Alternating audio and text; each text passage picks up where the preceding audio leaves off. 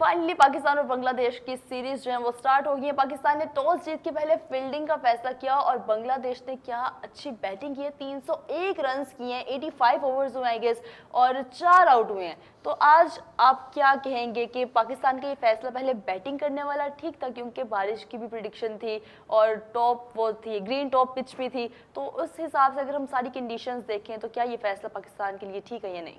I think toss के अच्छे या बुरे होने का फैसला जो है वो आपकी उस दिन की या उस मैच की आउटकम के ऊपर डिपेंड करता है कि हम कह सकते हैं कि जी जीतने का फ़ायदा हुआ या नहीं हुआ। हमने अगर 301 रन करवा लिए हैं और सिर्फ 4 ही आउट हैं, और अभी उनकी जो 2 इंतहाई सीनियर प्लेयर्स हैं उन्होंने अभी बैटिंग करनी है। मुशफीक ने बैटिंग करनी है, लिटिल दास ने बैटिंग करनी है। सो क्लियरली नज़र आ रहा है कि with this kind of bowling जो हमारी चल रही है, जिस किस्म से विकेट आसान होती चली जा रही है, वो 500 आराम से मुझे होता नज़र आ रहा है यहाँ पे। सो अगर 500 हो जाता तो क्लियरली पाकिस्तान का टॉस जीत के पहले बॉलिंग करने का फैसला सही नहीं था। बट कंसिडरिंग पाकिस्तान, बहुत मुमकिन था कि पाकिस्तान टॉस जीत के पहले बैटिंग करता, तो वो जितनी देर वो ग्रीन टॉप रही और हमने सिर्फ उनकी 2 ही विकेटें नहीं है इतनी देर में, हम इतनी देर में 4 से 5 विकेट गंवा चुके होते। उस वक्त हम यही डिस्कस कर रहे होते कि शायद हमने टॉस जीत के पहले बैटिंग करके गलत किया।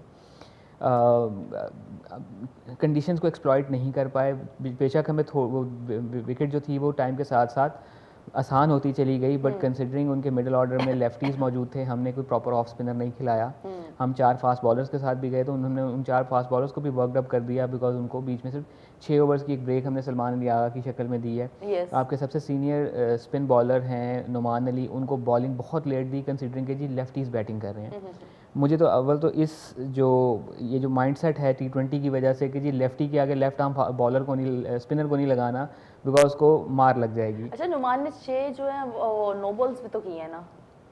इट्स ओके, बट आप ये देखें कि वो आपका सीनियर स्पिनर है और टेस्ट मैच है, वहाँ पे आप चांस ले सकते हैं एक लेफ्ट हैंडेड के आगे लेफ्ट आर्म स्पिनर को बॉल करवाने का। And Noman is very much your conventional left arm spinner. वो आपको आर्म बॉल की ऑप्शन भी दे देता है, और जहाँ उसकी आर्म बॉल सही पड़ेगी वो लेफ्टी को ट्रबल कर सकती है। बट हाँ, उनकी नो बॉल्स का होना is kind of a concern in a way के एक स्पिनर से आप एक्सपेक्ट नहीं करते कि वो नो बॉल करे इस तरह से। दूसरा यहाँ पर ये भी नज़र आ रहा है ना कि कितनी इनकन्सिस्टेंसी है। पाकिस्तान ने लास्ट टेस्ट मैच जो खेला था वो साउथ अफ्रीका के अगेंस्ट खेला था यहाँ पे, उसके बाद से पाकिस्तान को कोई टेस्ट क्रिकेट उस तरह से नहीं मिली। ये एक बहुत बड़ा एरिया ऑफ कंसर्न है। जहाँ पहले पाकिस्तान एक साल में 10 से 12 टेस्ट मैचेस खेल लिया करता था, वहाँ एक कैलेंडर ईयर में पाकिस्तान को 4, 5, 6 एट मैक्स टेस्ट मैचेस मिलते हैं।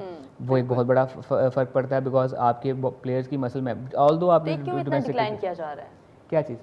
टेस्ट मैच क्रिकेट के डिक्लाइन की ना 2-3 स्टेजेस हैं। एक स्टेज तो वो है जो अर्ली 2000 लेट 90s में आई थी, कि जिसका ब्रायन लारा भी जिक्र करते हैं कि पहले हर मुल्क को एक जितनी टेस्ट मैच क्रिकेट मिल जाती थी, बिकॉज उसमें कंपनसेशन का वो वाला मामला नहीं होता था। उसमें यही होता था कि जो जितनी कंपनसेशन अफोर्ड कर सकता है वो टूरिंग साइड को उस तरह से कंपनसेट करेगा।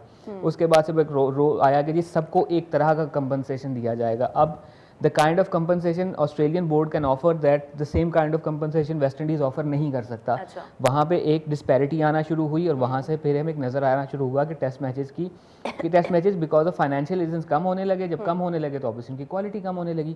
अब उसके बाद दूसरी जो बड़ी स्टेज टेस्ट मैचेस की डिक्लाइन की शुरू होती है, वो शुरू होती है, मैं ये नहीं कहूँगा T20 के आने से फ़र्क पड़ा। T20 के आने से अगर कोई चीज़ को फ़र्क पड़ा तो वनडे क्रिकेट को फ़र्क पड़ा। बिल्कुल। बिग 3 के आ जाने के बाद आपकी टेस्ट क्रिकेट को दूसरी मरतबा हिट पड़ी है, जब तीन बोर्ड्स ने डिसाइड कर लिया कि बिकॉज हमारे पास पैसे ज़्यादा हैं, हम आपस में ही खेलेंगे, बिकॉज हमारे आपस में खेलने से फाइनेंशियल लुक्रेटिविटी ज़्यादा है, लिहाजा हम आपस में ज़्यादा क्रिकेट खेलेंगे और दूसरे बोर्ड्स को कम क्रिकेट दी जाएगी। फॉर इंस्टेंस, पाकिस्तान ऑस्ट्रेलिया खेलने जाता है तो पाकिस्तान को 3 टेस्ट मैचेस मिलते हैं। इंडिया ऑस्ट्रेलिया खेलने जाता है तो उनको 5 टेस्ट मैचेस मिलते हैं। इंडिया ऑस्ट्रेलिया एंड इंग्लैंड आपस में खेलते हैं तो 5 टेस्ट मैचेस की सीरीज़ वो हर साल खेलते हैं। पाकिस्तान और ऑस्ट्रेलिया की टेस्ट मैच सीरीज़ कम से कम 2 साल के वक्फे के बाद आती है। पाकिस्तान ऑस्ट्रेलिया टूर करता है, उसके बाद ऑस्ट्रेलिया पाकिस्तान आता है, वो उस किस्म की वो भी नहीं होती। अच्छा, अब हमें पता है कि ये 3 बोर्ड्स हैं जिनके साथ क्रिकेट खेलने से पाकिस्तान को, टेस्ट क्रिकेट खेलने से पाकिस्तान को फाइनेंशियली फ़ायदा होगा। उसमें से ऑस्ट्रेलिया पाकिस्तान कम दौरा करता है। लाइक 98 में पाकिस्तान आया था ऑस्ट्रेलिया, उसके बाद जो भी हमारे मुल्क के हालात थे उस पर दोबारा 2022 में आया। ठीक, इंग्लैंड के साथ हम इस साल अब वो वनडे खेलने के लिए आ रहा है। उसके बाद इंग्लैंड ने पाकिस्तान के 2 दौरे कर लिए हैं अब तक, लेकिन उससे पहले वो वाला मामला नहीं था कि वो इंग्लैंड के पाकिस्तान क्रिकेट खेलने के।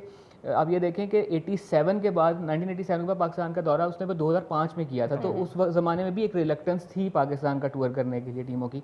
अब उसके बाद न्यूजीलैंड इतने टाइम बाद आई। न्यूजीलैंड काफ़ी टाइम के बाद आई। दूसरा अब ये देखें उसके बाद फिर बोर्ड्स बचते हैं लाइक न्यूजीलैंड, साउथ अफ्रीका, जो फाइनेंशियली उतना बड़ा मसल नहीं रखते और उनकी क्रिकेट फिर ऑब्वियसली उतनी ल्यूक्रेटिव भी नहीं है, तो फिर उनको कम क्रिकेट मिलती है। अब जब और फिर जो ये मॉडल है वर्ल्ड टेस्ट चैम्पियनशिप का, उसमें कोई इस किस्म का बाउंड भी नहीं है कि तीसरा या चौथा साइकिल है, लेकिन पाकिस्तान और इंडिया का कोई टेस्ट मैच नहीं हुआ है और आईसीसी उसको फोर्स भी नहीं कर सकता कि आपने लाजमी खेलना है। सो अब वो जो चीख रहे हैं कि जी साउथ अफ्रीका चैंपियन बन गया, लेकिन उसने थोड़े मैच खेले थे, साउथ अफ्रीका ने नहीं कहा था कि मुझे थोड़े मैच खिलाओ। ये तो मैनेजमेंट की उसने कहा कि आप खिलाओ मैचेस, उसको जो थोड़े मैच मिले वो जीत के पहुंच गया फाइनल में।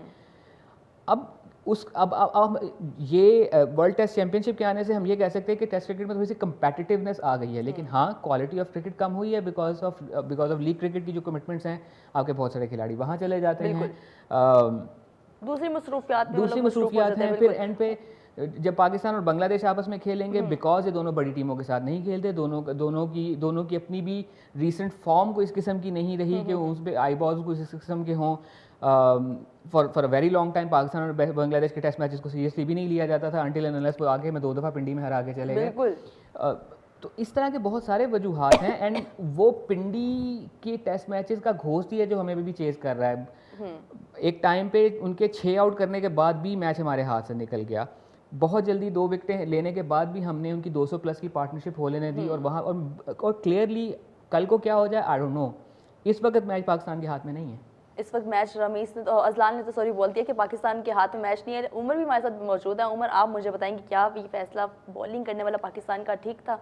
टू बी ऑनेस्ट मुझे तो लगता है कि बहुत ही पैथेटिक फैसला था, क्योंकि ठीक है ग्रीन टॉप विकेट ज़रूर थी है, लेकिन ये कंडीशन नेचुरल बांग्लादेश की हो या पाकिस्तान की हो, आपको पता है कि इंटेंस हीट में हम खेल रहे हैं, तो वो अल्टीमेटली होना है कि कंडीशन जो है बैटर्स फ्रेंडली हो जानी है, ना चाहते हुए भी फैक्टर रहेगा ग्रीन टॉप का, तो फॉर कुछ हद तक ही रहेगा। और वही हमने देखा कि अब बैटर्स जो है यूज टू हो गए। फिर आप देखें मोमिनुल हक वेटरन ऑफ बांग्लादेश क्रिकेट है, 91 रन उन्होंने किए। फिर अच्छा मैं स्कोर बता देती हूँ, बिल्कुल मैंने यहाँ पे स्कोर कार्ड खोला है। क्या स्कोर रहा है बांग्लादेश के बैटर्स का?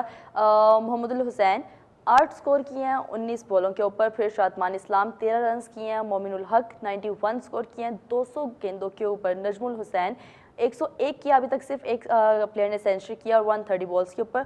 अभी खड़े हुए थे लिटन दास, उनके साथ खड़े थे मुशफिकुर रहीम खड़े थे और उनकी 48 स्कोर हुए और लिटन दास के 8 स्कोर हुए हैं। ये अभी तक स्कोर कार्ड है बांग्लादेश का। तो उसमें यह था कि इनके जो सीनियर प्लेयर है मोमिनुल हक, उन्होंने जो है रेसिस्टेंस दिखाई, ठीक है, और 91 रन्स के 2012 से खेल रहे हैं, तो एक्सपीरियंस इतना है। और मैंने ये देखा है कि बांग्लादेश के जो प्लेयर्स हैं ना as compare to Pakistan, mostly जो है फर्स्ट क्लास क्रिकेट का इस वाली लॉट का ज़्यादा एक्सपोजर है। अब्बास का है ज़रूर, उनके 215 फर्स्ट क्लास मैचेस है और उन्होंने दिखाया अभी अपना तजर्बा, बहुत बेहतरीन बॉलिंग की है। लेकिन जो कंटेम्प्रेरी बॉलर्स हैं अनफॉर्चुनेटली काफ़ी टाइम से वो खेल रहे हैं। अब्बास तो फिर इन एंड आउट होते रहे हैं, हालांकि 2017 में was a terrific start to his journey against West Indies, लेकिन उस तरह से उनको मौके नहीं फराम किए गए। लेकिन जो रेगुलर खेल रहे हैं मैं समझता हूँ वो डिसअपॉइंटमेंट है। ठीक है, शुरू में ग्लिम्पसेस में शहीन ने अच्छी बॉलिंग की, हसन अली ने भी अच्छी बॉलिंग की, लेकिन अनफॉर्चुनेटली आपने जो है बांग्लादेश के बैटर्स को खुद जो है इतना टाइम दिया है कि वो आपको डोल्ड्रम्स में ड्रैग करे। तो अब तो मुझे लग रहा है कि पाकिस्तान के लिए जो है टेस्ट मैच जो है बचाना है। अगर पाकिस्तान बचा ले तो बहुत बड़ी बात होगी। जो सिचुएशन होगी, टॉस जीत के पहले आप बैटिंग करते, 250-300 रन भी करते, तो आप को खुश होना चाहिए था कि आपके पास चांस होता। अब आपने जो है प्रेशर अपने ऊपर ज्यादा दिखेल दिया। फिर लेफ्ट हैंडर्स के अगेंस्ट आप ऑफ स्पिनर से रेगुलर बॉलिंग ना करवाना, सलमान अली आगा से 6 ओवर्स करवाए आपने, तो आपको चांस लेना चाहिए था। और नुमान अली, जैसे अजलान भाई ने कहा कि वो he is experience campaigner, first class cricket का बेपना उनको तजर्बा है, तो वो अवेल कर सकते थे अगर उनको सही मौके दिए जाते।